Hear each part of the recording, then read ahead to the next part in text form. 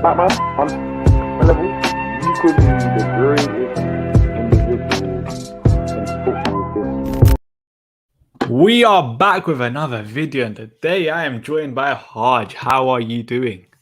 I'm all good, fam. I'm all good. How are you? Listen, I'm good, but I can't lie. Ollie's comments today were a bit mad. Have you seen them? I think I've seen one or two. I've only seen the ones that were sent in the group. But it's the same old Ollie, innit? Just a load of bullshit. Like, it feels like Ollie's just talking for the sake of talking nowadays. I can't lie, the philosophy one was the worst one for me. Like, he's talking about good decisions. Like, you clearly did not make good decisions because we lost against Young Boys. Like, surely, like, you're a bit self-aware in that. Like, you have to be looking at yourself. You can't really be making these silly comments. I thought, wait, when I read the decisions one, I thought he meant decisions on the pitch. Isn't Listen, that what? Yeah, but come on, man. You can't really be saying good decisions on the pitch when you're making poor decisions off it.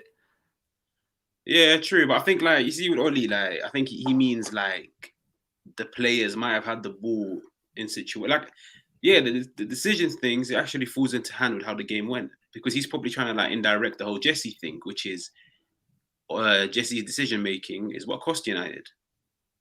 So I think that's what he's trying to catch on to when he's talking about decisions. But, fam, he's never going to come out and tell you, yo, man bottled the substitutions and this is why this and that happened. Hell no. So of course it's going to be a matter of decisions, because then you could look at Wan-Bissaka. Why is my Do you find it frustrating that the guy, whenever they ask him about like his philosophy and stuff, he tries to avoid the question? Yeah, because there's nothing there. And no, but to be fair, even if he was to go into DL and be like, yeah, like there's nothing there, we just operate on a passion and desire basis, like what he said, he wouldn't get cooked because he's the media's favorite. If this was any other manager, bruv, I wouldn't be surprised if Sky Sports do a show at midnight today dissecting what he said. But with Ollie, he'll get away with everything. But do you think people are starting to turn like the media and stuff? Because like the philosophy question today.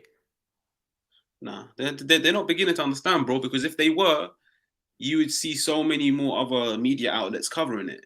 It's no surprise that I get all of this information from Twitter.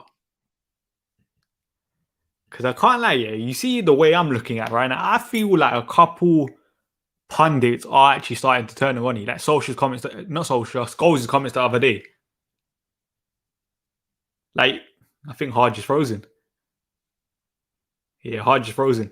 Like, even if you saw like Rio's Twitter account, the 5 account or whatever he runs, he was kind of, let me tell Haj is frozen as well. He kind of said, he posted something about Antonio Conte as well today, which is interesting. Yeah, I sent Haj a message saying he froze. YouTube ain't working, Statman. What happened with YouTube?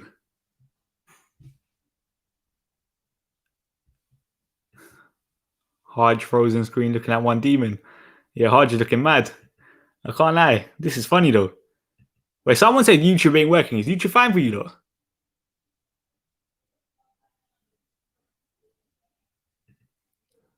Rio said it's D then United are going to win some trophies on BT. Gotta win some trophies. Listen, they have to. United have to. There's no excuses. I wanted to touch on this comment as well, yeah? Like, you can see this quote right here.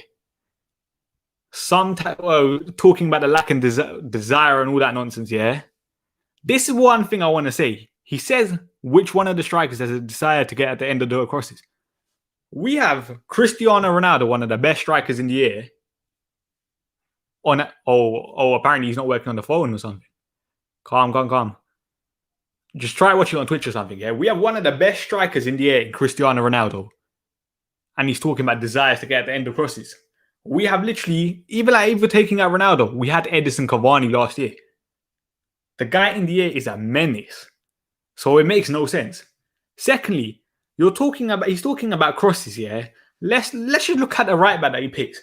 He picks Wan-Bissaka, you can't cross the ball in. How does that make sense? Even last year, I like Luke Shaw, he done his thing. But Alex Telles is one of the best crosses, the best crosser at the club that we have. And he didn't play him. So this comment right here, all this passion, desire, nonsense, getting at the end of crosses makes no sense. Guys, just refresh. It works for me. We don't even cross the wall. Exactly, which is why it confuses me even more. Like, look at the wingers that we play with most of the time here. Mason Greenwood, who wants to come inside and shoot, and Marcus Rashford when everyone's fully fit on the left. So it makes no sense. Hardy's coming back. He's a stream froze. Solskjaer is actually a football terrorist. Imagine Conte using Dalot and Telles as wingbacks. Listen, we're going to get onto Solskjaer a bit more. I'm waiting for Harsh to come back in here because I don't know if you guys saw it. There was a picture of all of Solskjaer's coaches and where they worked before United, and they were mad. Wan-Bissaka is a fish riding a bike. He fully is Zidane or Conte. This comment right here, yeah, I've always said I want Zidane. Am I taking Conte? Yes. The only reason I say Zidane over Conte, Cristiano Ronaldo, first of all, Varane, they've worked with Zidane before. He's won stuff. So I would rather have Zidane. And I think even once Zidane leaves, he will leave us in a better state than Antonio Conte. But even then, if you're giving me Antonio Conte, I'm taking it right now. You're back. I'm back. Wow, that was weird, fam. I have no idea what happened. People are saying YouTube ain't working at times for some people. It's a bit mad today. Zidane or Conte? I don't know. My whole thing just froze, and then I can see myself, but I can't see you. And then until I got your message, I was like, "Bro, it is what it is." I can't lie. The picture that you froze with was mad as well. Right, man's used to that, you know. Yeah, answer this: Zidane or Conte?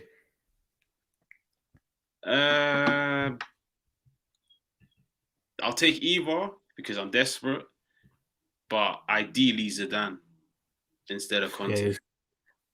What do you think of people say that Zidane had everything in his place at Real? Sorry? That people say Zidane's kind of overrated and he had everything. He had basically 11 world-class players at Real. Yeah, but that's not the case. That's not the case. People that say that are either people that have never watched Zidane besides the Champions League. Because here's the thing, you can have 11 world-class players, but the question is, are those 11 world-class players fit the entire season? Probably not. And there's this whole bullshit narrative, which is 11 world-class players guarantee success. That's not true. Like that's amateur knowledge of football. If you genuinely think 11 world-class players guarantees you success, because by that logic, why go on with France? Why go on with France, fam? These men have the waviest squad, let alone 11, but they're out here getting beat by Switzerland and they can't even impose themselves against teams. It doesn't work like that. Even just look at Liverpool, yeah? You see when Liverpool won the league, how many world-class players do you actually think they have? Van Dijk, Trent, Robertson, Salah, Mane, and maybe Fabinho. You're looking at 6, maybe. The rest of them are not unbelievable footballers, but it's because that system makes them look so good, isn't it? I'd probably say less than 6. Like those players, I feel like I'm just trying to be generous here, innit? Yeah, like they got the world-class status after they won the Premier League. But prior to that, fam, what? They had one or two good seasons. I'm not going to say you're world-class, but fam, what? It's like go up to Oli now or go up to any Oli fanboy and say to them, yo, we're going to go and sign a left-back from Hull City. His name is Andrew Robertson. They're going to be like, what? Who the fuck is he, fam? He's shit. Man like Klopp has now turned him into the best left-back in the world. So I don't get it. Like, I was having this debate with someone on Twitter like a few hours ago. Fam, 11 world-class players, a squad of 26 men that are world-class doesn't mean United are going to win the quadruple. You put the system in place, and that system will make that 20 million mediocre player look world-class. It will get more out of him. So it doesn't make sense, this whole Zidane narrative. Nah, it's bullshit. It's just people that don't know anything about Zidane. I agree. We were talking about this off air, yeah. Let's look at this. Ole Gunnar Solskjaer's coaching staff and all their credentials before they came to United. What do you think of this? I need to look into this still. So you got Ole, failed at Cardiff. Mike Phelan, but God knows what he was doing. Carrick, McKenna, Mark Dempsey, Ollie's assistant. Cool. Part of... So there's Bear Cardiff, man. I'm saying Bear Cardiff, man. Hey, the main one I want you guys to look at here, look at Mark Dempsey. Long-time Ollie assistant, failed with Ollie at Cardiff, was sacked as a manager of a team in the second Norwegian division. He's at Manchester United, by the way. Yeah, but fam, that's the requirements nowadays, isn't it? That's what it is. What everyone's saying, look at Mark. What's his name? Mark Clegg. Who's that? Mark. Fam, all these lot are idiots anyway. Yeah, 100%. But wait. Mark Clegg played at United 20 years ago. Son of former Man United fitness coach. Raw. So man's not even a baller. Whoa! I didn't even see that. His CV is that he was Ollie's teammate and his father worked at United. Yo, you might as well give me the job at this rate. Wow, that's it. I'm not gonna lie to you, bro. Like you see when people say, yeah, your coaching staff, your manager, yeah, it reflects on the performance. I think a lot of people can't dissect that. Like they can't understand it. Like, fam, if you're hiring failures, man them that are getting sacked left, right, and center, man them that are not even getting top tier jobs. I'm talking Europe's top 5 divisions, and then you want to make them and become managers and try to build a coaching staff out of them, you're gonna get a shit show on the pitch. Like, it's not hard. You know, football's not difficult. It really isn't difficult. But with Man United, it's like it's so evident. Like, bro, you just put up right now a whole sheet of a bunch of failures, yeah. But man, them still want to come out and tell me, yeah, trust Ole. Like, nah. And someone said this, I can't lie, you man. Why are you going at the training staff here? Ole hires these people. Ole has said that you don't do like the coaching staff here, coaching side of the football of our team. So you kind of have to be looking at these people as well. And these people are clearly not qualified to be at Manchester United right now. Now, here's the thing, innit? Yeah, like a lot of people try to like remove criticism from Ole because he's come out and said, I'm not the coach. Fam, at the end of the day, you're the manager. You hire these coaches. You know what I mean? Like, it's like my manager. My manager doesn't do my job. He doesn't have no idea how to do my job. But if I'm not doing my job, he's the brain that's going to sack me.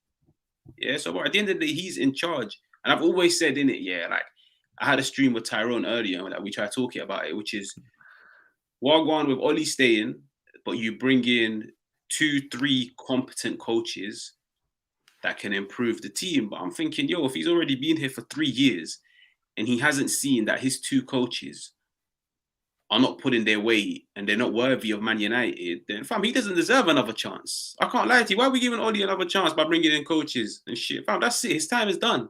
He done his time. He flopped. Safe. Bounce. That's how it works. Football's a cruel game, fam. You have to be ruthless if you want to win. But with Man United, it's like we're begging for him to succeed. And eventually, we're going to pay the price for that.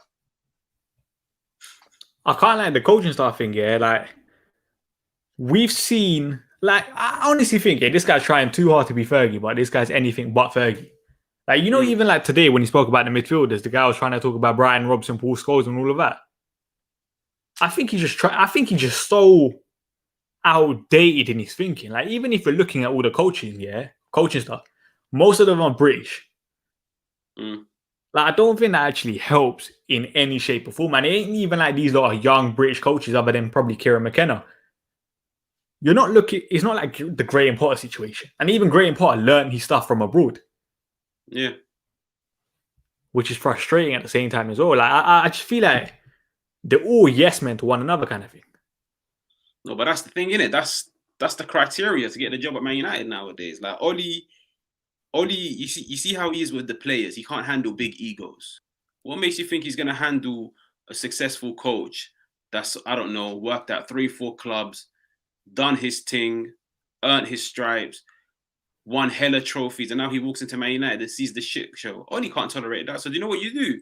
You bring in the mates. You bring in the people that have just retired, the people that have no experience. So basically, in their eyes, Ole is the superior head. Ole is the most experienced out of the bunch.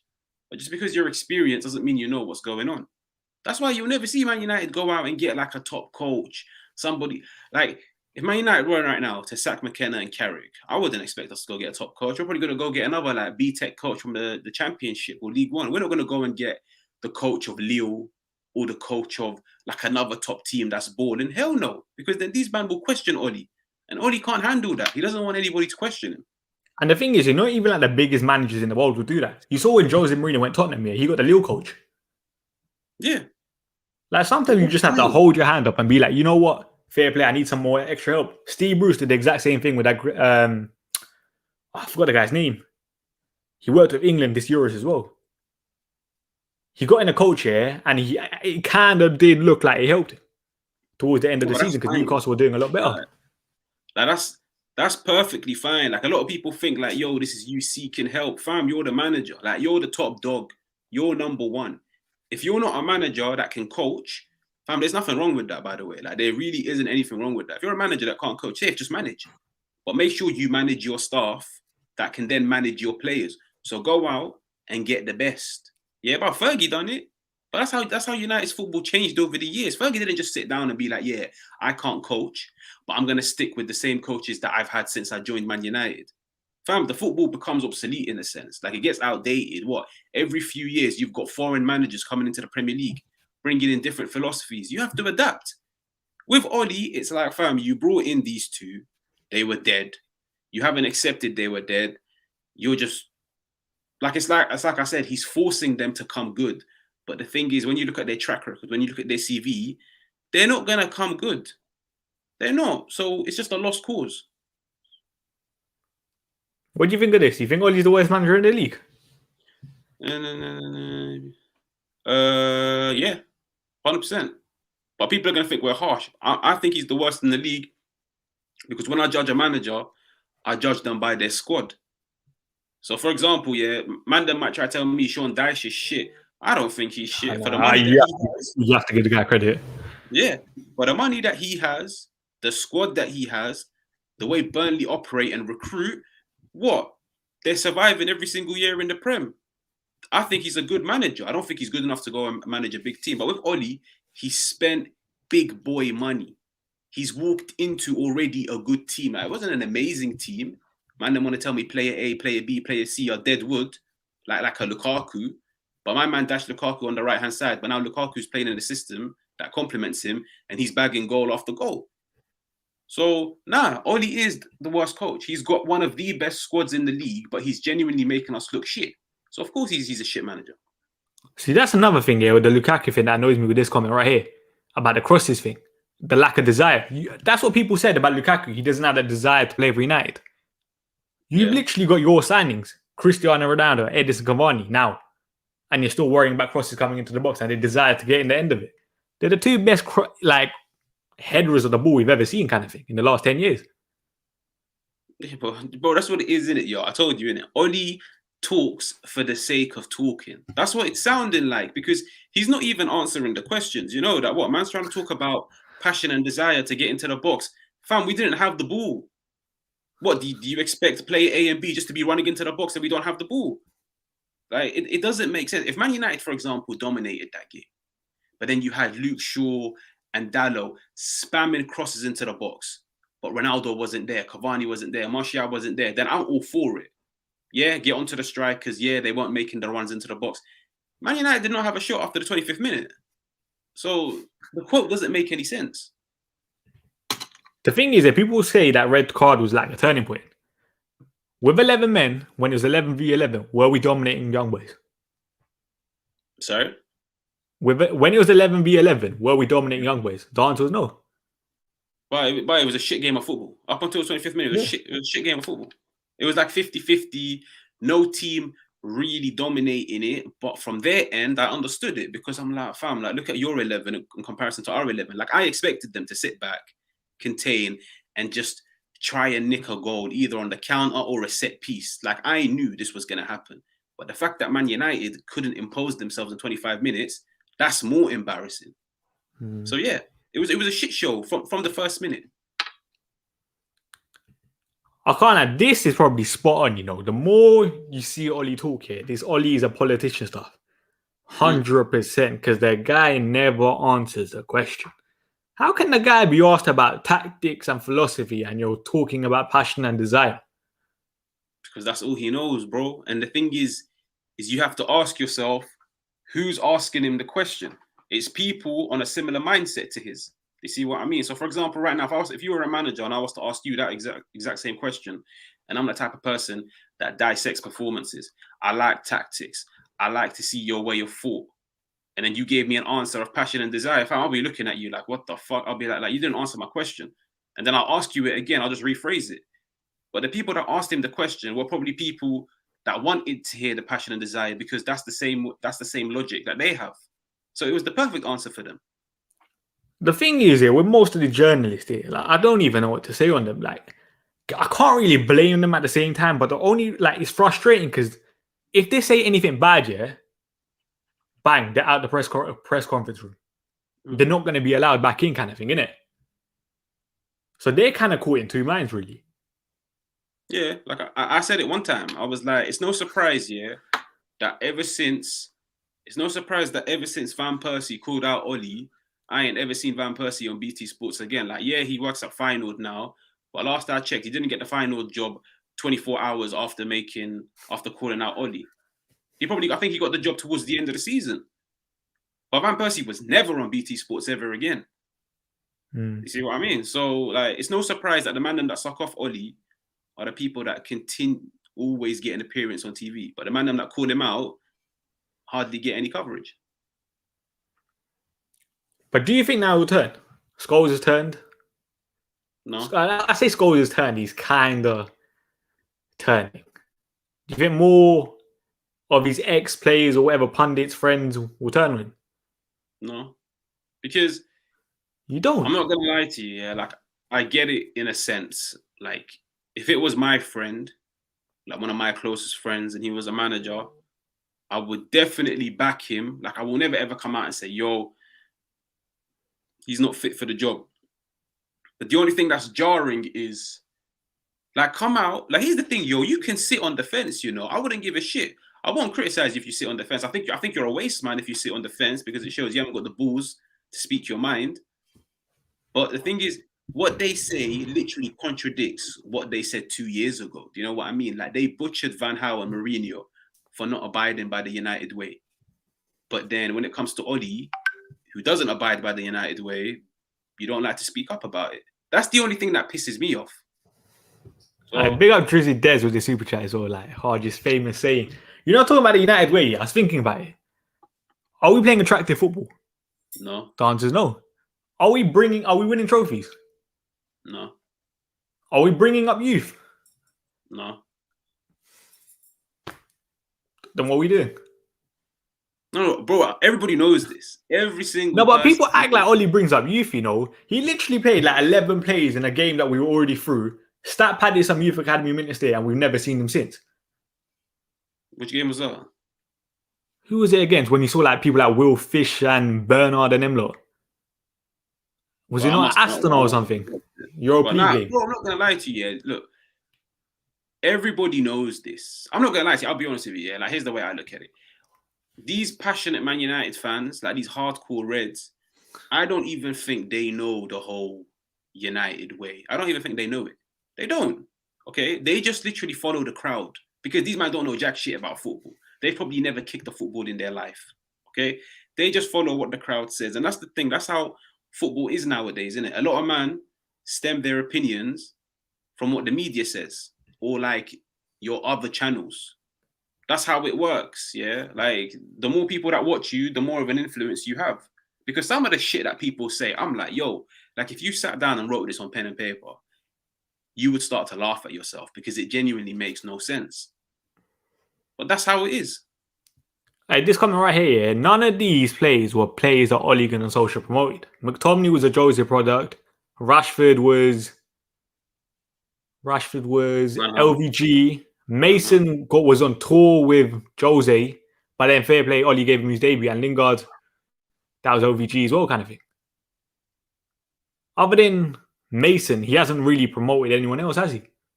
Yeah, but even Mason, though, Mason, you could say it's a 50-50 thing. It's a 50-50 between Mourinho and him. But at the same time, yo, like, okay, you know what? I'm going to be generous. I'm going to be so generous and give him Mason. Take Mason. Fam, you haven't developed Mason, fam. Like, Mason, even in the academy, he was known for his finishing. It's not as if Mason was a bang average finisher, but all of a sudden, because Oli coached him and nurtured him, now he's a world-class finisher. Fam, I haven't seen anything new of Mason. I haven't seen anything that I didn't know prior of Mason. All Oli's done is give him minutes. And even then, like there were times where people would sit down and be like, fam, why are you not playing Mason? Like it's only this season that he's playing him. And the only reason why Mason is continuing to play is because he's bagging goals. You see what I mean? So there was that spell where Dan James went 24 games without a goal or something. He didn't really play Mason in that run. Like this company right here with Brandon Williams, yes and no, because Brandon Williams still ain't at the club. He was there last year and he never even gave him a game really. Yeah, precisely. No, it's not even that. It's like people want to bang on about the United ways to like promote youth, push through the youth. Safe. By that logic, you went and signed a 21-year-old Dan James. Cool. I'm not going to lie to you. When you sign a player from the Championship, nobody's expecting a world beater. Nobody's expecting him to start week in, week out. Cool. But if you're a top coach, fam, you will nurture him and you will turn him into a top player. But why is it after 2 years Dan James is getting shipped off? Now, here's the thing. I'm not making it sound like I'm a Dan James fan. But I'm saying if you are a manager that prioritizes the youth, Dan James wouldn't be getting shifted. The same thing would apply to Twanzebe. Yeah, what? Man United brought him back, didn't let him go out on loan and gave him like 2-3 games. Now, whether he's good or not, if you're the type of manager that wants the youth in the team and you want to build your team around young players from the academy and all of that United DNA bullshit, why on earth are you going out and signing a world-class Varane when you could have given these minutes to Twanzebe? Because if you trust your coaching and you trust your development of players, you'd put that time into Twanzebe. So it's bullshit. What he's doing now is he's building a team of superstars. And it's like I said at the beginning, bro. You can build a team of superstars. It doesn't mean they're going to gel. 11 world-class players doesn't guarantee you success. And that's the route that he's going down. He's just trying to get 11 ballers and hope that they can gel and just bail him out.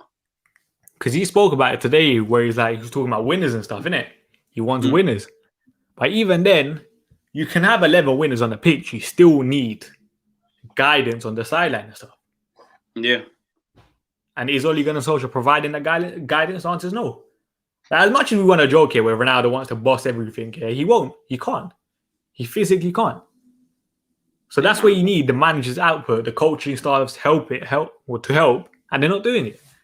This is another one that annoys me as well, Ethan Laird. Like he had a decent loan last year at MK Dons. We needed competition for Wan-Bissaka. And he hasn't, he's barely paid for us. Back on loan at Swansea. I don't think he's played under Ole. No, he hasn't played under Ole. Yeah. Winning starts with the manager. It's like we said, if you care about the youth, then United would have never, ever been linked with Trippier. Never. What? You'd go and get Ethan Laird. You know what I mean? You'd go and get him. Or you'd keep Dalot. Everybody's thinking, Ole kept Dalot. Ole didn't want to keep Dalot. United never got the price they wanted for Dalot because I think United were in talks with Dortmund, but Dortmund didn't want an obligation to buy it, so United pulled out. United didn't come out. Only towards the final week, United came out and said, no, Dalot is part of our plans. United didn't want him. If the offer came in, he would have gone. He doesn't care. Like I said, he's just building a team of superstars. And it shows how naive he is because a team of superstars won't win you anything. It'll probably win you the odd game here and there. And the thing is that fully contradicts. Remember his first season? Youth, courage, success. That little branding, that thing United had. I swear it was on like United shirts and stuff at the back of it. The youth has gone. Yeah. The success is gone. The courage, Ole's a coward on the sideline. I think it's all bullshit. Yeah, hard. You got a fan club here. Yeah, I literally just saw it right now, innit? But it caught my eye, innit? I was thinking, look at his waist, man. But blood, it is what it is. But yeah, man, bro.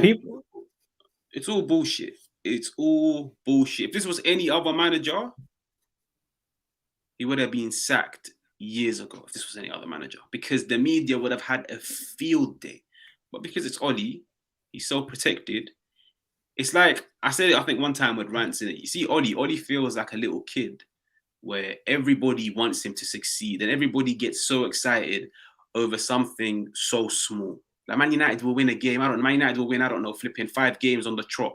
Man, then will talk about it as if we've got 50 games unbeaten. You see what I mean? Oh, another manager wins what? 3, 4, 5 games on the trot. Quiet. Yeah, well done. You might win a Manager of the Month award. Nah, you know what the worst one is? You know last year? when everyone was talking about unbeaten run away from home. Mm. We still didn't pick up the most points away from home. It's Man City. And even our away from home record, look at our European away record under Ole. Yeah. Shocking. But no one wants to talk about that. Like, if you actually look at our European record under Ole, 7 losses, 4 wins in 11 games. Yeah. That's sackable. I said it to Tyrone today, but that is sackable. You know, just that stat by itself. I didn't know about it. I didn't know about it until I saw it the other day. That is a sackable stat by itself. What? Big Man United. I'm not even going to lie to you, yo. As harsh as it may sound, that we're joint top at the moment. Young boys, that is sackable. That is sackable, especially with the starting 11 he put out. If he put out the C team, I would have still been fuming. But I'd have been like, you know what? Fair enough, innit? It's the C team. There's no cohesion amongst these, man. It's their first minutes of the season. Bruh, he played the A team. And he literally got dominated by young boys. That's sackable, 100%. Can't lie, I was looking at previous managers. Remember when LVG lost 4-0 to MK Dons? Yeah. I looked at that team here, and I'll be honest, there was names I don't even know, like Janko or something. Yeah. So even then, you could kind of give LVG an excuse here, but everyone crucified him at that time. Yesterday, or whatever, Tuesday, we literally played our strongest side. And people are still making excuses for Ole Gunnar Solskjaer. I'm not going to lie to you. I was fuming that we played our strongest side, didn't it? But when I saw the starting 11, I was like, fam, there's no need. Like, there really isn't no need, because you look at Man United's next 3 fixtures prior Young Boys, it was Young Boys, West Ham, West Ham. I can't lie to you. If you were to rank those 3 in order, the 2 West Ham games come first. And then Young Boys is third. Because, bruv, it's like, apparently they're the lowest ranked team in the competition at the moment. Similar to last year. Man United were fortunate enough to have that Istanbul team. But that team went and pammed us. And now you've got Young Boys pamming us. Like, fam, you saw how these men celebrated. You see what I mean? Like, but they were over the moon. You saw David Wagner, that passion merchant on the sideline, man. The guy got sacked from Huddersfield. Yeah, but bro, I'm not going to lie to you. Look, you don't have to be, what's it called? You don't have to be the best manager to beat Man United. You don't have to be the best of tacticians to beat Man United, because you see with Man United, it is so simple. All you have to do is look at the starting 11 and be like, yeah, safe. All of these men like spacing behind and they need time and space on the ball. Safe. Just press them. You press us and we crumble. Defensively, we're all over the place. I've always said it. 4 defenders on a completely different wavelength. I've always said this, yeah. Unless you get 4 man and you get a defensive structure and a shape, you can go get me, who's a world-class right back? You can go and get me Cancelo. You can go and get me a Cancelo, a Trent, a Carvajal. He's going to look shit. You can go and get me a world-class left back. It doesn't work like that, man. Bro, I've seen teams that have 4 defenders that I swear to God, I wouldn't even take them in Man United C team. But when I watch them ball, I'm thinking, yo, you look solid. You see what I mean? But like I said, it's a team of superstars. Perfect example is Chelsea. Like, you wouldn't say like someone like Christensen you would take in Man United before this run under 2 show. No. That system, he's literally looking at one of the best defenders in the world. Oh, these men are out here calling him Danish Maldini. But I remember when Lampard was about, Lampard used to come out and bang on about how he needs another transfer window. He needs a centre back. And he's like, this team isn't ready to compete. But then Tuchel walks in and he's like, safe. I have to make do with this squad. What do? Do I play 4 at the back when I know Rudiger isn't the best at it? When I know Christensen isn't the best at it? When I know Thiago Silva hasn't got the legs for it? Safe. If I want to play Thiago Silva and have a leader at the back that can lead by example, I'm going to have to put 2 legs around him. Man, put the Rudiger, he put the Christensen. And look at them now, bruv. Like, these men are so hard to break down. But I can guarantee you, one day, one fickle United fan is going to be like, yeah, Man United should, let's just say, hypothetically, Man United should sign Christensen. Look at how wavy he looks at Chelsea. You put him in that Man United back 4 and he will look like the shittest centre-back on the planet. That's how it is. I think Christensen here in his last 45 games has like 33 clean sheets or something. It's something ridiculous like that. Which is just insane. He wouldn't even have that United. Just look at our centre-backs right now, Rafa Varane. But big up, give it to Mikey with the super chat. Everything Ole says is for the consumption of his fanboys in the media club and among the supporters. That's spot on, because I swear to God, every single time someone mentions passion and desire, those Oli English just go mad. And that's why they love players like Scott McTominay. And they're slating people like Jaden Sancho right now. Yeah, well, bro, it's like I said it to you, innit? Yeah, it's like you have to look at the people asking the questions. Because at the end of the day, these people that ask the questions, they have a perfect answer in their head. You know what I mean? So it's like when me and you talk, yeah. Like I've got an answer in the back of my head. You've got an answer in the back of your head. If I'm a journalist and I'm asking you a question, and in the back of my head, the answer is the passion, the desire, because that's the way I go about football, then you've answered my question. You've given me a 10 out of 10 reply. But it's no surprise that when you look at other leagues, yeah, and then you say to them passion and desire, fam, these men will probably ask you the question again because they think you didn't understand it. They probably think, yo, my man misunderstood. Let me rephrase the question again. What? You're talking about passion and desire when I'm trying to talk to you about football, performances on the pitch, plan, structure, layout. Yeah. It's a shit answer. But it appeals to people here. You know, a perfect example is here. I don't know if you've seen it. Nagelsmann spoke with Guillaume Balde, I think it was last year before the Liverpool game, I think it was, yeah. And he literally, it was like a 30-minute video, 20-minute video, and they were breaking down his philosophy. He literally spoke about different parts of his training sessions and stuff. And I was thinking, imagine Ole Gunnar Solskjaer doing that. He wouldn't. He can't. I honestly think Ole Gunnar Solskjaer is not capable enough of talking about how he sets his teams up.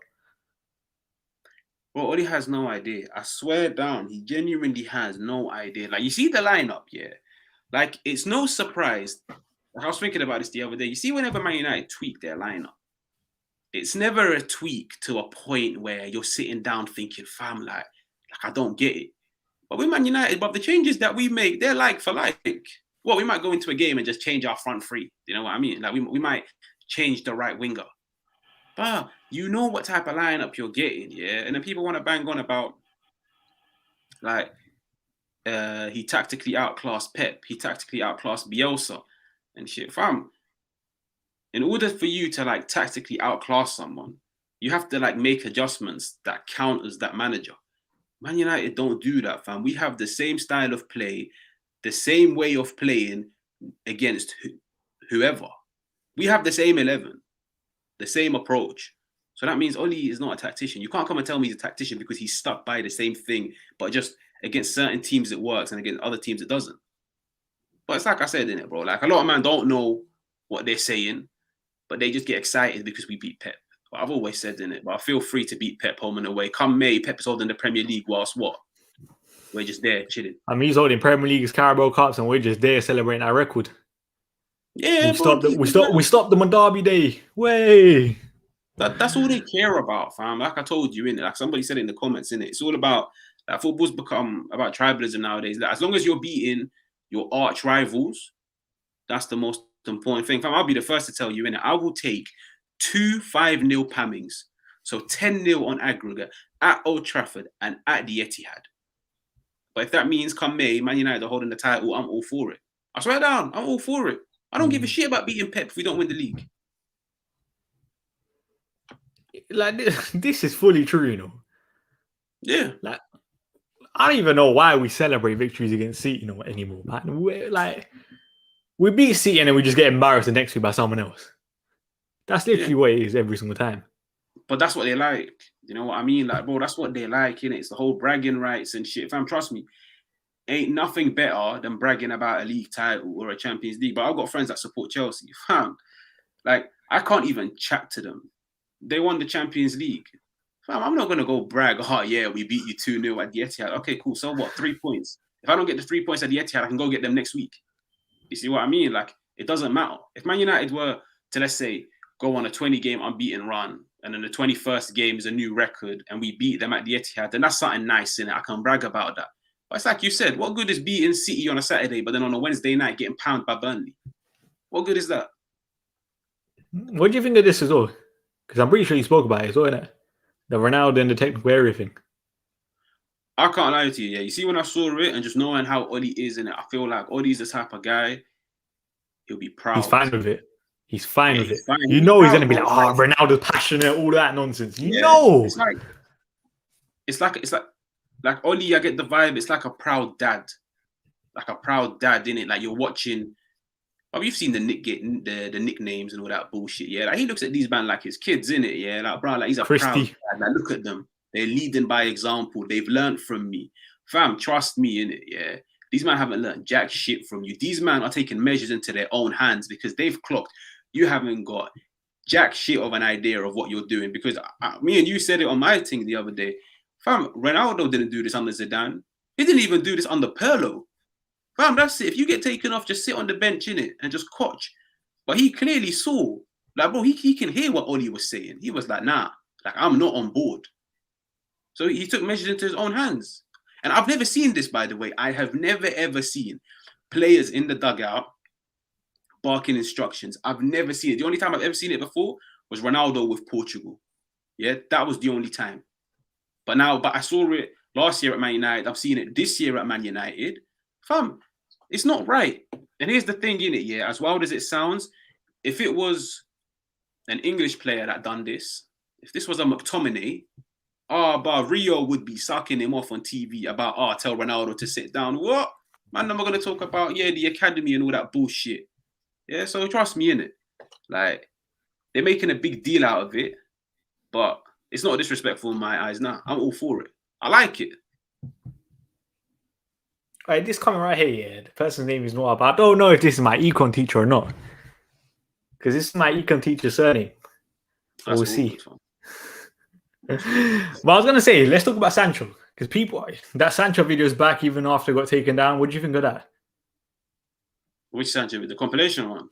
Yeah, because apparently people are saying Sancho paid for it to get taken down.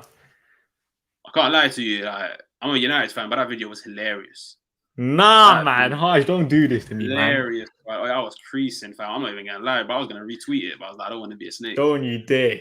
Bro, I'm not going to lie, innit? Like, the whole Nando's and the whole Peri Peri Hot and that is top tier entertainment, fam. Like, but yeah, this is definitely my econ teacher. Grealish better than Kevin De Bruyne. Yeah, I said that with my chest.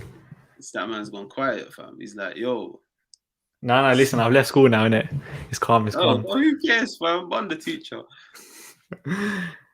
Yeah, the comp about Sancho against Young Boys. You like idiots turning on Sancho. Yeah, I'm not gonna lie to you, bro. I was literally in tears, bro. I found it hilarious. I don't care. I don't know Jaden Chandler anything. I don't owe him jack shit. He don't owe me anything. So I don't really care. But what's it called? It's deep, but that's gonna happen, innit? That's gonna happen when you play for a top team like Man United, innit? Like there's gonna be a lot of focus on every single thing you do. And a lot of these men don't understand how football works. They don't understand that he needs to adapt. They don't understand that you're only as good as the players around you. Fam, you can't put a baller around shit and expect him to ball out. That's not how football works. It might work like that on FIFA. It don't work like that in football. So it's like I said, there's a lot of men that don't understand how football should be played. They don't understand how to dissect a game of football. So they'll just sit down and make a compilation video. And I'm not going to lie, fair play to them. Like, Bear Man found it funny. Nah, man, I ain't having that. I did not find it funny at all. How are you coming after Jaden Sanchez? He's 21. The thing is, I'm fine with rival fans like mocking him, yeah? Because let's be honest, we probably did the same thing with Kai Havertz and stuff. And Pepe. But if you're a United fan and you're turning on Jaden Sanchez this early, yeah, I'm sorry, like there's something wrong with your head. First of all, the guy's 21. He's one of the best young talents in the world. He's coming into a new league. He's playing in a crap system or a lack of system. How do people expect this guy to perform straight away? Yeah, but I can't lie to you, though. Like, if you retweeted the video, or if you like quote tweeted it, or if you liked it, I know I liked it. I definitely liked it. You're an idiot for that. Well, I'm not gonna lie, but I might even retweet it right now. It doesn't mean you're against Jaden Sancho in the slide. Like, I just found but like fine. You find the video funny, yeah, but there's actually some people like turning on Jaden Sancho. Yeah, because these men are idiots, innit? It's like, but I told you, innit? You see United's fan base. There's a lot of men in the UK, yeah, that don't actually play football. They don't play football. They don't it's like the best way to say it is they don't give a shit about the performance. They give a shit about the scoreline. Man United can have 5% possession and just nick it with a last-minute penalty. They're gonna go out and celebrate like there's no tomorrow. But then you're gonna have me sitting in the corner just losing my shit because I'm thinking, fam, we were dead. Yeah, like the best example I can give you is the Brighton game when Man United got that last-minute penalty and Bruno scored.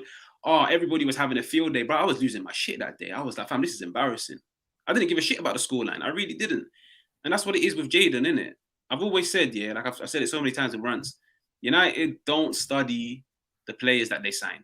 Because if they studied Jaden, I don't think they would have ever signed him because of the way that Man United want to play. But these football fans, they just expect him to hit the ground running and replicate the form that he had at Dortmund. But football doesn't work like that. And another thing about Sancho, yeah, let's be honest, he's like someone said it, he hasn't had a pre-season yet. He didn't really play for England that other than one game. He was literally on holiday for most of the when the season started, basically. It's like, what do people like? He's never gonna start off like a house on fire. Secondly, you see Jaden Sancho last season, he started the season off slow as well. Like this could be like a little recurring thing with Jaden Sancho. And look how he ended it, with over 30 goal contributions. Relax yourself with that Jaden Sancho. Yeah, but I can guarantee you, no preseason, second game of the season, you put him around the likes of a Van de Beek, a Pogba, Martial, and I can guarantee you would have seen half, maybe 3/4 of the Jaden Sancho that you saw at Dortmund. He's not gonna ball when he's got Wan-Bissaka behind him. He's got Bruno that needs all the time and space on the ball. Fam, Bruno doesn't really like this one-touch football. Bruno would rather be the hero and just get the ball, get it out of his feet and put it into the back of the box. He's an aggressive player. Bruno plays, isn't it? And I've always said it, yeah. Like I said it about Van de Beek, yeah. People like to say, oh, he's shit. Like people were saying it last year. Oh, he doesn't play for 2 months. He plays against Leicester. He's shit. Fan football don't work like that. You need to run the games. You need to build that cohesion with your teammates on the pitch, not on the training pitch, okay? Like, trust me, you can be BFFs with these men. Unless you play with them week in, week out on the pitch, you're not going to build no cohesion with them. But the thing with Van de Beek is Van de Beek was playing with all the B team and C team players. And that's going to happen with Sancho because all the ballers, funny enough, are in our B team. And the man them that people like to say are our A team, in reality, are the players that don't complement one another. So, but they're just the biggest names. I wouldn't even say they're the biggest names, but I think they are. All these favorites. But actually, the biggest personalities. The likes of Bruno, the likes of Ronaldo. Yeah, they're his favorites. Like, no, I'm fine with Ronaldo. In fact, I've always said, didn't it? But keep Ronaldo up front. Yeah. I ain't complaining about Ronaldo, but I'm just saying the big personalities kind of thing. Yeah, I say personalities and I say favorites because Bruno will never get dropped. But it's no surprise that once Bruno went off, United went on to score one of the nicest goals that I've seen in a few years. Yeah? Because I can guarantee you right now, yeah, you put Bruno where flipping Martial was, he's controlling that. Yeah. I do agree with that. Marcus Rashford will do the same thing. You could even then switch it. When Van de Beek played the instant 1-2 with Pogba, what? You think Bruno would do that? Fam, Bruno's getting the ball out of his feet and trying to slap it top bins. Rashford is out here doing fake shots. But this person's talking about all this English player flopping, yeah. You're acting like Martial, who's French, is not flopping either, and Donny Van de Beek. It's not just we're not just backing Jaden Sancho because he's English. It's happening with a lot of other players where like take away the nationality and stuff. But I'm not gonna lie to you, but it's got nothing to do with him being English, bro. He could be Spanish. Like, let's be honest there. Like, we're not top Reds. We don't care about where they're from. I don't know. Like I said, he can be Spanish, innit? The way he plays the game isn't the way that Man United play it. He doesn't suit the players that we have. So it doesn't matter where he's from. It doesn't matter how old he is. It doesn't matter the price tag. He doesn't suit our style of play. You could have gone out and gone Adama Traore for 20 million. He would have hit the ground running from day one without a preseason because the way we play suits him. Statman, remember Oles a manager, so I don't think Sancho will improve. You're right. But it's kind of like, as soon as he gets a bit of match rhythm in, you expect his performances to increase, kind of thing. That's what I think we're both trying to say. Yeah, 100%. But like I said, his game will only elevate. His game will only get better once you put him around the same people. Like, it's no surprise, yeah, that if you were to compare Sancho's first season at Dortmund to his last season, how his game improved. Because every single year, they had the same system. They had the same personnel. You might tweak the team by, let's say, for example, you might improve your central midfielder. But you're getting a central midfielder of a similar mold, a central midfielder that still suits the way that you want to play. He's just, let's say, technically better than the one you had before. So he still works with everybody else. With Man United, that's not the case. You've put him into a team where the only people that will thrive and bang are players that have pace, players that like the ball in behind. Sancho isn't that, fam. Sancho is just, fam, like he's so good on the eye, fam. He just wants to pass it about. He basically wants to have fun. You know what I mean? He ain't trying to do this one-man show, pick up the ball and run 30, 40 yards. But that's what people like to see, and that's what people expect. Statman, what's this guy's name on channel? Good show, guys. Yo, just Twitch name is H4JJ, right? Yeah, H4JJ. You'll see it linked on Rance's channel at the bottom. Yeah. So make sure you guys follow him and stuff. Yeah, I appreciate that, fam. Sancho moving like Harvey Price on the Ollie, man. You look like idiots for that. Like, you seen what? Sancho, Harvey Price, Sancho, like, they're saying troops is... Sancho's performance are like troops. Like, you lot are doing too much of the Sancho hate. It's all from rivals. I can guarantee you, it's all from rivals, isn't it? If it's a United, no, but I can't lie. You see top reds, yeah. I feel like they do hate. They will start hating Jaden Sancho because you know this guy has that arrogant style off the pitch and stuff, hanging out with rappers and stuff. So I think United fans in our fan base will turn on him, or have already started turning on him. Yeah, the link is there. That's for like. They'll probably hate on him for other reasons, isn't it? But as in, fam, I don't. Yeah, but I don't care what you do off the pitch because at the end of the day, in my eyes, you're a footballer. So I'm gonna judge you strictly on the description of a footballer.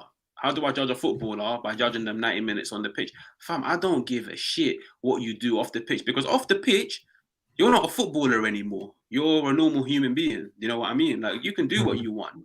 You want to go out, you might be into weird stuff. You want to do certain stuff. I'm all for it, fam. Do your thing, innit? Because if I see you, you're not a footballer in my eyes anymore. You're only a footballer once you've got the Man United top on. So that's all I'm going to dissect, innit? You want to go to park life, you want to do your thing, fam. But with these, man, they're just bored and jobless. You see what I mean?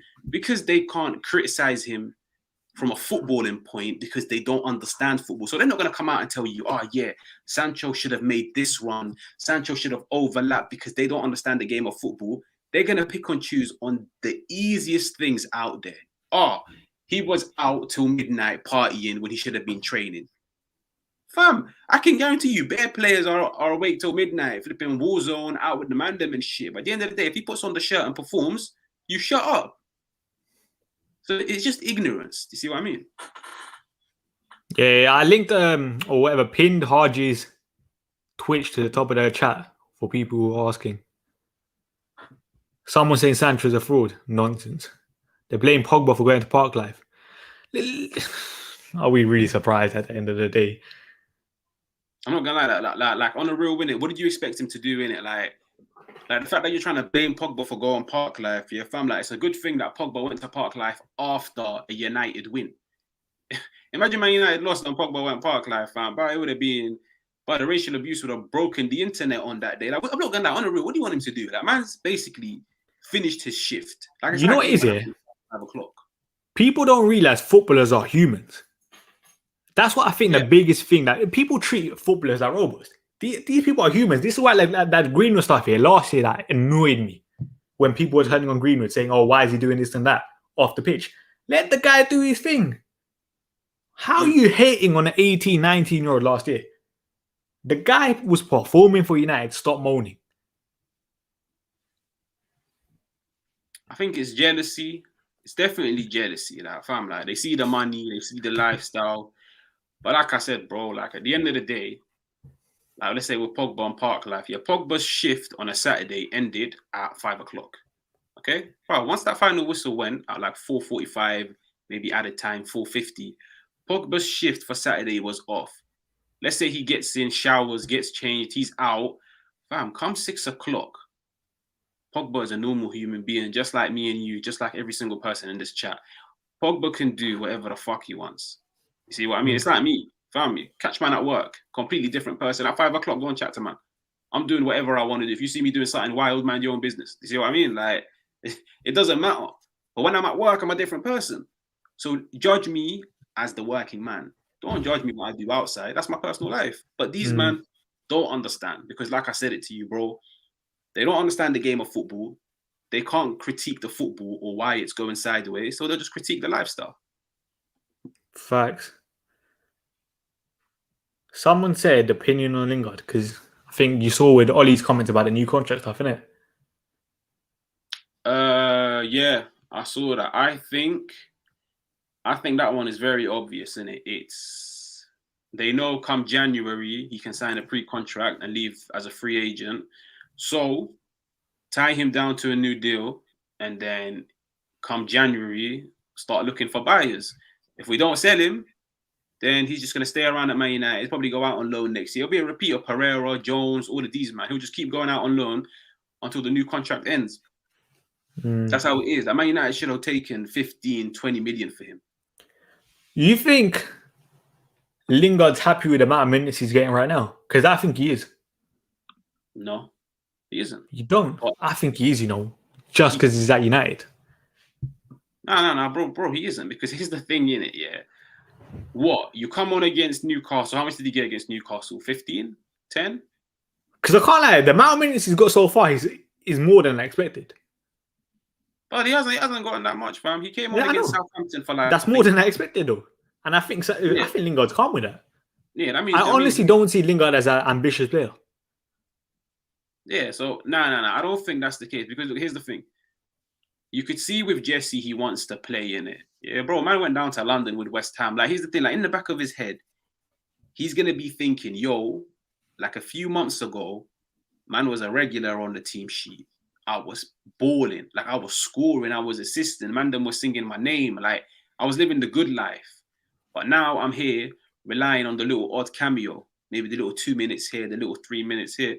Of course, he's not happy. But I think he's looking at it more from a point that, look, I'm 29. If I go to West Ham, let's be real, with all due respect, I'm not going to win jack shit. I'm going to get minutes, but I'm not going to win jack shit.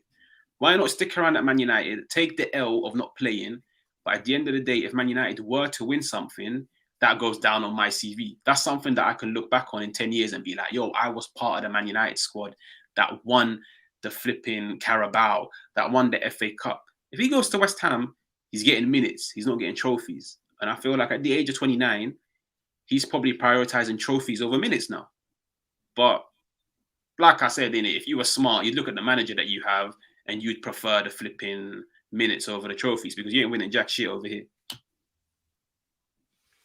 You think if another manager comes in, he uses Lingard? Or do you think Lingard will still leave? Or still... And not even leave, but... Actually, yeah. Do you think if a new manager comes in, he gets utilised a lot more? I'm not gonna lie, Lingard is good. I rate Lingard. Like, he's versatile. He can get the job done. He offers things that a lot of players on our team don't offer. So he'd be a great squad player. Like, there's always gonna be 5 to 10 games that are made for Jesse Lingard throughout the season. That's why football's a squad game, bro. You see what I mean? Like, those 5-10 games, you play the Lingard. You don't play the Bruno. You don't play the player A, the player B, the player C. But at Man United at the moment, it's a strict 11. It's a set 11. He's not going to play. And I feel like him being 29, you're not going to want to make him like an integral member of the team because you're thinking, fam, you're 29. Next year, you're going to be 30. Like, there's no longevity in a sense. You'd prefer a 23-year-old with similar attributes of Lingard than Lingard. That's why I always said, innit, go West Ham. There's European football. You're guaranteed to play. At the end of the day, there's a possibility you might go down as a West Ham great. My man is not going to go down as a United great. He's not going to go down as a United legend. In my eyes, he's going to go down as a United bum that just picked vibes over actually going out there and making a name for himself. That's harsh, man. I wouldn't say United bum. I think once he retires, people will look back at Lingard's career at United and be like, yeah, he won a couple trophies. Yeah, United. He's a decent player, yeah. Mancunians will look at it like that. I'm not going to lie to you, bro. Right now, if you were to ask me, what's your most vivid memory of Lingard? Probably the half volley against, was it Crystal Palace? Yeah. That's it. But to be fair, he does have a couple good records. He has a very good record in finals. Carabao Cup as well, the Mhm. Against Southampton, he scored. And Community Shield against Leicester, I think he scored. Yeah, but bro, man, don't care about Community Shield. You see what I mean? Like, Yeah, yeah, no, but nice. like, Goal, it's, fair it's, play, it's a well trophy, done. man. Yeah, I know, cool. But as in, at the end of the day, in it, yeah, I'm gonna give you as much importance depending on the trophy. What, a Carabao, little preseason thing? I don't care about it. The FA Cup, I get it. The FA Cup is still a big cup in my eyes, innit? But is that all you've ever contributed? I'm not gonna sit back in 20 years' time and be like, yeah, I remember when Lingard was doing the 1-2s with Pogba and that. Hell no. You see what I mean? But these West Ham fans will remember him. You see what I mean? Because Man United, we're spoiled when it comes to talent. We're spoiled when it comes to big players. I can list you right, like ever since I started watching football, I can list you now like 20 man that I remember from the top of my head and what they've done at Man United. These West Ham man will remember Lingard. Man United fans won't. So he should have left. But like I said, it's his career. And he's prioritizing trophies at the moment rather than minutes. Do kind of agree with that. Someone else said about the Dalot thing. Dalot, Wan-Bissaka. I know your thoughts. Explain them once again, because everyone knows my thoughts on Wan-Bissaka now. I've had enough of the guy. I'm disappointed the guy's only suspended for one game because I've had enough. I think, well, my take on Wan-Bissaka is look, like I've always liked him in it because I like his personality in it. Like I like a proper low-key person, yeah. Like keeps himself to himself and shit. But at the end of the day, it's like I said earlier, man's gonna judge you as a footballer. I couldn't give two shits about your personality. Football-wise, the slide tackle is good on the eye. Like, don't get me wrong, in it. Like a perfectly timed slide tackle is Look at his passion, man. No, man, don't care, fam. I'm all for it. Yo, it looks nice. You see what I mean? It looks nice, but you know what doesn't look nice? 5 wavy slide tackles, but my man getting caught out left, right, and center. My man having a lapse in concentration. My man just being on cloud 9. And I'm thinking, fam, like what you're doing is affecting the team. Cool, safe. You can work on that. It hasn't been worked on. You know what, safe. You're not the best defensively. At least shut me up going forward. Because that's what Trent does. Fam, Trent was getting cooked yesterday as well. But he scored. Yeah, he did. He played a part in them going forward. Cool. Going forward is a calamity. Like, going forward, it's like what Rance always says about Arsene Wenger. Fam, at the age of 14, innit, yeah? If you're not technically good at football, you will never become technically good at football, yeah? Going forward, he's piss poor. Defensively, I don't want to say piss poor, but I think he's mediocre at best. He's overhyped defensively. He has unbelievable 1v1 ability. The rest of his defensive game is bang average. Bang average. Positioning. Yeah. Because I've always said... I hate Wan-Bissaka, man. Yeah, a lot of men are turning on him, but I've always said, innit, yo, there's more to defending than slide tackling. You know what I mean? But some of the best defenders hardly slide tackle. Do you know what I mean? Like, bro, if your reading of the game is good and you can intercept, you can read the game, you don't need to slide tackle. Do you know what I mean? Like, when you slide tackle, that's a last ditch. It's a last ditch to save the day. But my man's constantly going to floor. So it's frustrating, but like I said in it, yeah, when you're a right back and you come to Man United, there's going to be a lot of focus on you going forward than there is on you defensively. And fam, going forward, he is shambolic. Like, that red card, he was to blame.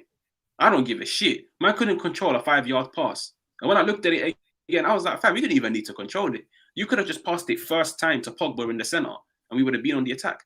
But man couldn't control a 5-yard pass and then he just went in and lunged in. So, but he's not going to get dropped. He won't get dropped. I think I heard Dalot speaking today, or there was like a article written on him where like he thinks he can break in and be the starting guy kind of thing. What do you think of that? Do you think he has any chance? No. Wait, no. I mean, as a footballer, yeah, he does. But no, that's starting right back for Manchester United. Say the next game he has an unbelievable game. Nah, because I've seen it, bro, under Oli, but you can have an unbelievable game. If you're playing in a position where there's a favourite, you're going back to the bench. The most you're going to get is maybe a nice little half-hearted 5-second compliment from Oli's press conference. That's all you're going to get. You see what I mean? Like, Oli doesn't favour Dalot because Dalot is a very offensive right back, whilst Wan-Bissaka is a very defensive right back. The way Man United set up, the whole pragmatic approach, it suits a defensive right back. Fam, Oli's going to lose his shit if he has Dalot flipping, constantly attacking, And Bob, let's be real, innit, yo. Like, bro, if you're on the attack and you're not get caught on the counter, blood, you ain't no Usain Bolt, yeah. Like, even I won't do it, but ain't nobody sprinting back to try and save the day, innit, yeah. Oli don't like that. But Wan-Bissaka more times is just chilling on the halfway line, or he's doing some shit attempt going forward, which leads to nothing. And because it leads to nothing, he's got so much time to run back. His cross just goes straight into the keeper's arms, and the keeper's just waiting, kind of thing, innit? And he has enough time to get back. Like, you saw the cross that he put in the other day. Crappy floating ball. The keeper had ages just to get it, kind of thing. Like, I've had enough for Wan-Bissaka, man. My Wan-Bissaka agenda this season is going to be strong. I can't lie, I've said it to Rance before, innit? Yeah, there are certain players at Man United, just accept it. Like, trust me, having an agenda isn't going to help, because these are players where there's not even an ounce of thought of them getting shifted. And Wan-Bissaka, the money that we paid, the fact that he was only signing, his age, they all favour him. United are not ruthless. But I'm not going to lie, the only way Wan-Bissaka gets binned is if Oli gets binned. And then like a foreign coach comes in that has a certain personnel and he has certain criteria that he expects from his players. Hey, that's when Wan-Bissaka doesn't tick any of the boxes. Imagine Wan-Bissaka under Zidane when he's like, what? Marcelo, one of the best left-back football's ever seen, and Carver on the other side, he's still brilliant. And Wan-Bissaka, like, let's be honest here, Wan-Bissaka as a footballer is championship, not even championship level. He probably say League 2 level. He's a shocking footballer on the eye. Like, he'll be gone under another manager. Zidane will definitely bin him because he wants the offensive fullback, but he had Carvajal and Marcelo. Marcelo was playing as a flipping winger. Yeah, like, that's fine. Yeah, but nah. But Wan-Bissaka, he'll get binned. And I feel like not a single top team will go in for him. Not a single top team. A team in the bottom half will go in for him because he will complement a team in the bottom half more than a team in the bottom half, than a team in the top half. Because teams in the top half actually dominate games and try to impose themselves. Teams in the bottom half, pragmatic, sit back. So you need as many defensive-minded players as you can get. Big up Japan. Do you think Poch will flop this season more than Oli? I think that's what the guy meant. Forget the Oli part, yeah. What do you think of Pochettino? Because everyone thinks I have an agenda on Pochettino, even though I think he's bang average. I like Poch, fam. I'm not going to lie to you, but I'll take him at United. I wanted him instead of Oli. I feel what Poch done at Southampton and Tottenham is very slept on, 100%. Okay, and that's mainly where he gets my credit because, bro, like, you're at a Tottenham team, you're getting no money, you're signing what man them from MK Dons, but you're making them look like the next big thing. But I'm definitely gonna credit you for stuff like that. Man's playing Daniel Rose at left back, making him look wavy. I have to credit you for this. And he spent like literally zero. I think there was one summer he literally spent nothing and he got them to a Champions League final. I feel like the PSG move, like me and Rance have said it so many times, people think, I said it at the beginning of this, innit? Yeah, like you can't just get superstars and expect them to ball out. Like there's egos. You need to get a system that complements every single one of them. And I said this to Rance before, and I feel like this PSG team, there's not going to be a system because the egos are too big in it. Yeah, it's just going to be a matter of just go out and ball out. And I think it's enough for the French league. It's enough for a French domestic cup. But I feel like in the Champions League, he might have to work his magic here and there. Do you think Zidane does a better job than Pochettino? Because I think Zidane controls bigger egos better. And that question mark over Pochettino is still there about the big ego thing. Yeah, but as in you say that because Zidane's got experience of managing egos, but this is Poch's first ever time of managing. And it looks like he's struggling so far. It's been 4 games, fam. No. Listen, you were still here last season.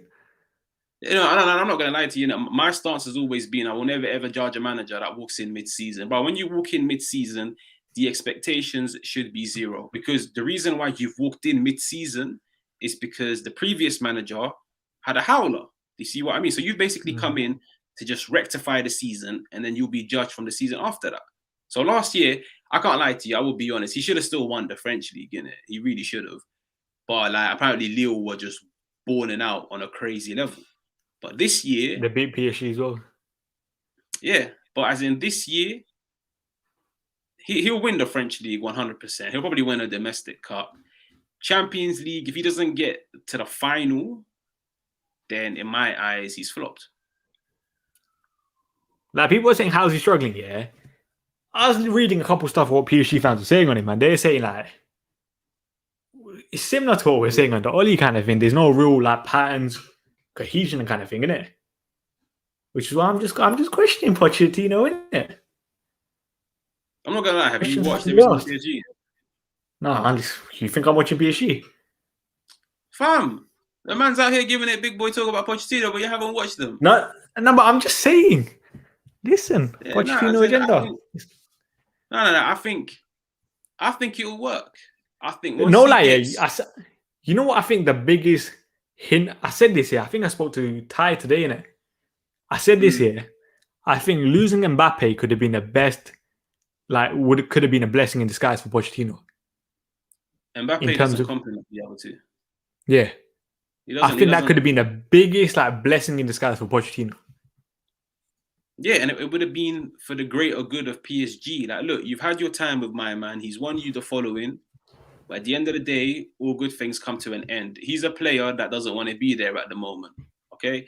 The thing is, I thought PSG were hanging on to him because they were waiting for the right offer. That's not the case. They're hanging on to him because they actually want to try to tie him down to a new deal. Okay? Like, he's part of their project moving forward. On Real Madrid, and he wants to leave, then there's no point in keeping him in it because it's just going to cause more unrest as the season goes on. The problem is prior to Messi, some people would argue that Mbappe was the face of PSG and then you've got Neymar second. Probably the Frenchman because he's French. Now, fam, like, from any normal fan's view, Messi is the face of PSG. Then you've got Neymar. Then you've got Mbappe. Fam, you might even drag in a little cheeky Sergio Ramos. He doesn't like that. He wants to be the main man. He wants to be the face of the club. He wants everything to go through him. He wants to be your penalty taker, your free kick taker. He wants to be your corner taker. He wants to be the main man. All the spotlight is on him. Trust me, fam. When Messi walks in, there's no spotlight on you. And I think that's why it's not going to work. But I think they'll ball out this year. I think give it a few games. Like, bro, but Messi hasn't played, fam. Messi's first game was yesterday. Didn't look good. All I'm saying. Didn't look good. Cristiano Ronaldo first Champions League game for United's good. I was waiting for you guys to show up, come up. But you didn't. Yeah, true. I'm not gonna lie to you, bro. Like I love Ronaldo, innit? Yeah, but fam, you take away Ronaldo's goal, he done jack shit the whole game. Listen, still got his goal. My GA I'm just baller. saying, innit, fam? Like, my GA baller. Yeah, bro, that's how you look at it. Yeah, but I think PSG will come good, man. I think this Sunday you might get a glimpse because like now they've all had like some minutes. They've all been training now for about 2, 3, 4 weeks.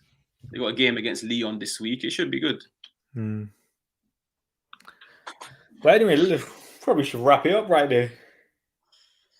Listen, Rant, stop crying. When your guy Pochettino goes out in the round of 16 and my guy Nagelsmann's in the semi-finals, at least I'll be there for you. But is there anything else you want to say? Nah, bro. I'm all good. Like, thanks for having me on. But nah, I'm all good, fam. Statman, you'll see when he wakes up. Listen, don't be jealous. My goat scored 3 goals in 2 games. I'm still waiting for Messi to show up. Because I know if Messi dropped that performance that Ronaldo did yesterday, or if Ronaldo dropped that performance that Messi did yesterday, it'll be mad. But anyway, make sure you guys like the video as well. Listen, look at this guy. Shh, relax. Make sure you guys like the video. Subscribe, bro, to 4K. And make sure you guys follow the Twitch for myself and Harj as well. And we'll be back next week with a UCL draft, which should be competitive. Yeah, that should be good. Yeah.